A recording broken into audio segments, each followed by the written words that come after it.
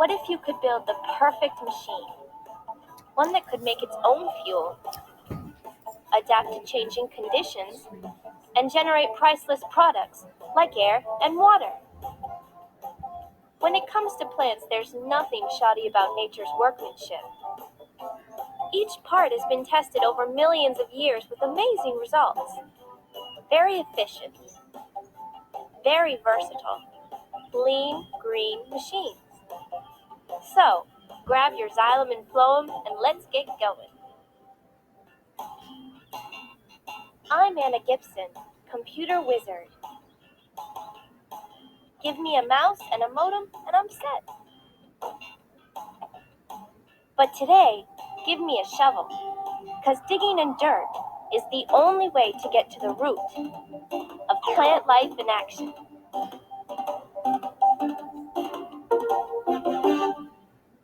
The unit was plant structure and growth. I thought, cool. See, I've got this lab partner, Jack Snyder. Hey, what's up? And if there's one thing Jack could use, it's some lessons in growing up. I think we should be clear that growth and maturity are not the same thing. My dad's best friend, Dr. Fig, is a computer genius and all-around smart guy. So I couldn't figure out why he was transmitting in this funky low-res way. It's the best I can do, Anna. I had a hard time getting a link out here where I'm doing research on plants. There are so many different kinds. At least 310,000 species, and counting. How would I ever sort out the structures and growth of all those plants? Don't focus on how they're not alike. Look for the similarities. What makes them all plants? Similarities. Right. But what could a huge old tree possibly have in common with some tiny moths? The answers weren't easy to see with the naked eye. With a little research, though, I compiled my list. Plants are all multi-celled. That's true of lots of animals. But animal cells are like squishy plastic bags. Plant cells have rigid walls made out of cellulose to protect them. Most plants contain chlorophyll. The substance the plant uses to trap energy from the sun. And all plants have tissues and organs. Then along came a Snyder and mowed right beside her. As usual, Jack dropped in to annoy me just as I was getting some work done. So immature. I told him to grow up, which reminded him of something else that all plants do. As any unlucky kid who's ever had to mow the lawn can tell you. All plants keep growing and growing and growing and growing. They grow new leaves, wider stems, longer roots. Because a plant is a growing thing. No matter how big, small, or old. Like this bristlecone pine. Doesn't look real lively, but shows some respect. At about 4,000 years old, it's one of the oldest living things on Earth. If it could talk, I wonder what it would say. My structure's built to last, sonny boy. What's its secret? The answer to that is teamwork. Similar cells band together to form a tissue. These cells got together to make leaf skin, otherwise known as epidermis. But it takes more than just skin to make a leaf. When many different tissues work together to do a job, the result is an organ. In this case, a whole leaf. To get a job done, it helps to be organized. Organized? Get it? I got it. But how did a bunch of cells manage to get organized in the first place? We went straight to our friend Artie in the swamp to find out. He told us some plants evolved from green algae nearly 420 million years ago. Like algae, they were water dwellers that absorbed all their nutrients right through their cell walls. Since every cell had to touch the water to get those nutrients, plants stayed pretty shrimpy. And what happens if the water dries up? Water! Water! In response, some of the cells evolved. They clumped together and formed tube-shaped tissues. The tubes could reach out and suck up water from a distance. Tubes are like the veins running through your body. We call this the vascular system.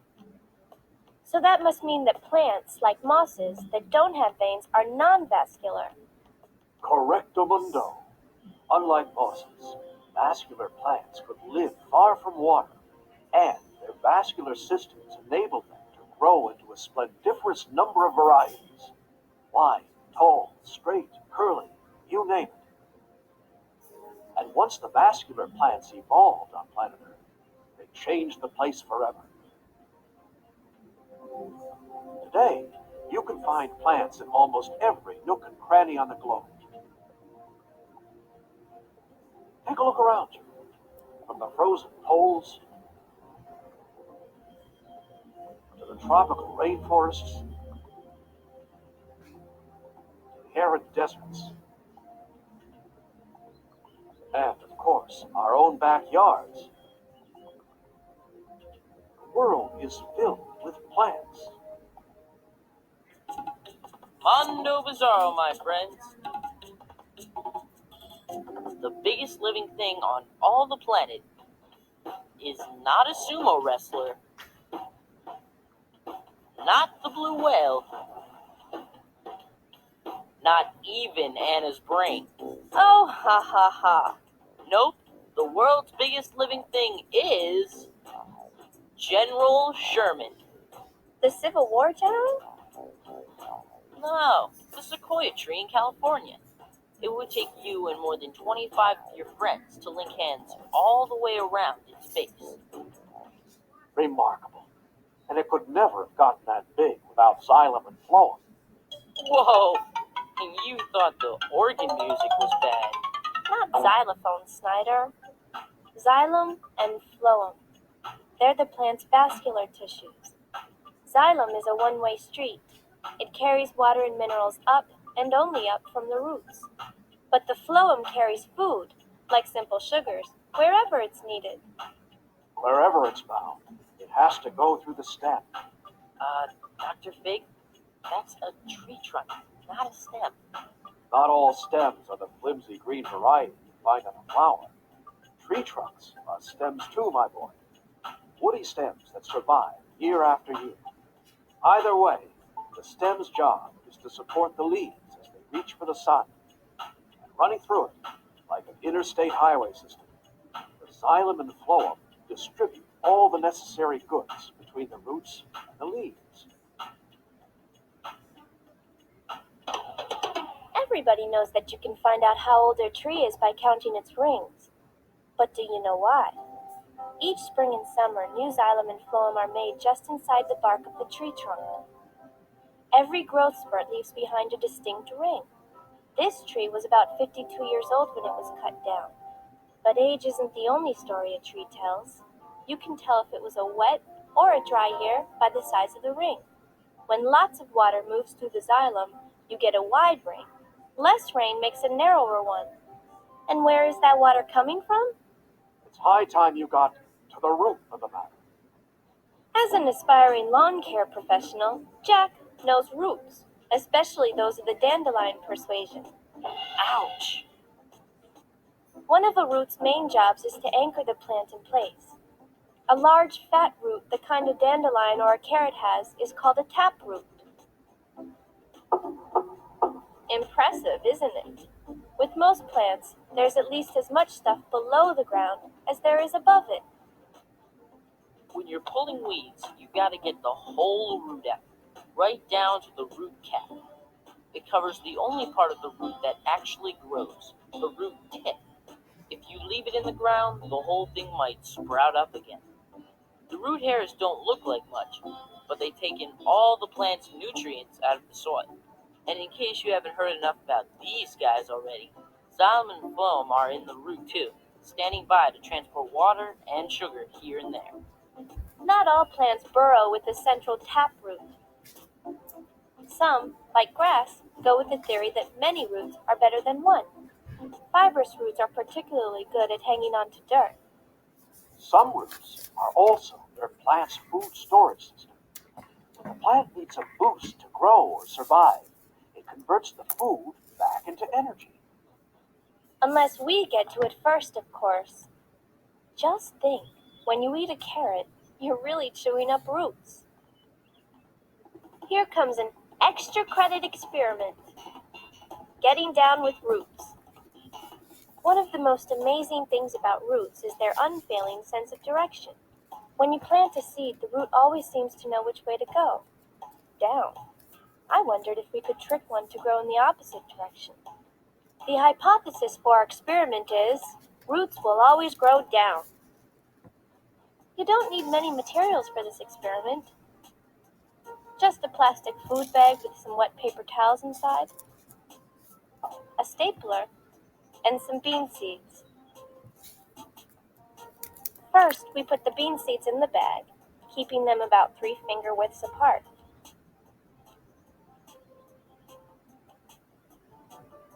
Then I did some precision stapling. The idea is to place 4 bean seeds in the bag positioned every which way. That will mean that their position in the bag doesn't have anything to do with growing downward. It's a little tricky getting the seeds stapled in place, but I'm good.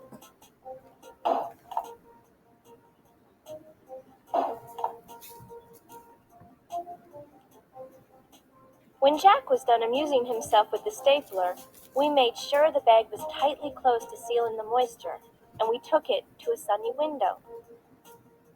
We attached the bag to the window with a device I like to call the Snyder clamp. It does a great job of keeping the bag in just the right spot. Of course, you could just use a paper clip. We checked every day to see that the seeds were still moist, and we waited for the roots to appear. On day 5, the roots began to pop out. Sure enough, no matter how the seed was situated in the bag, all the roots were headed for the floor. A real downer, man. And then we waited some more. Boy, time flies when you're having fun. On day 7, the roots were about 3 centimeters long, and still heading gracefully downward. We decided to pull the old switcheroo. I carefully released the Snyder clamp and turned the whole bag upside down.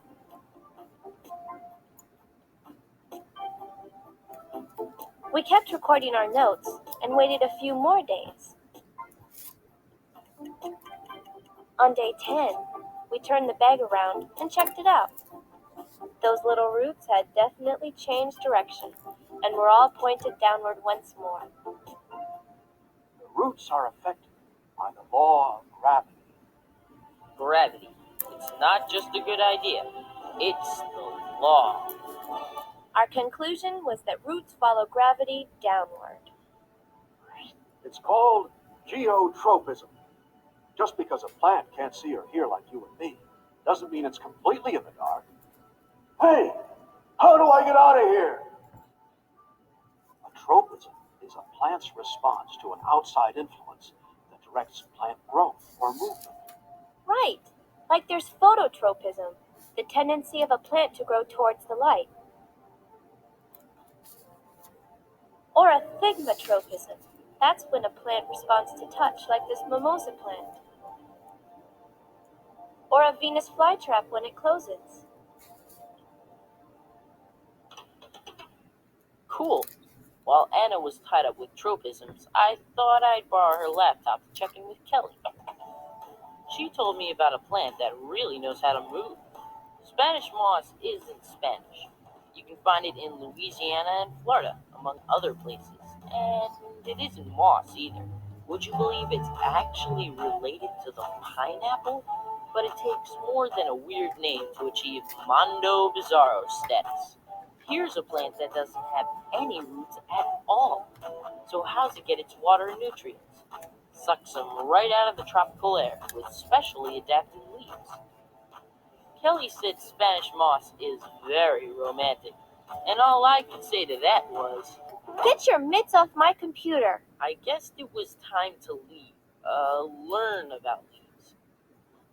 Yup, Like xylem, we were flowing upwards where the plant makes food. Xylem?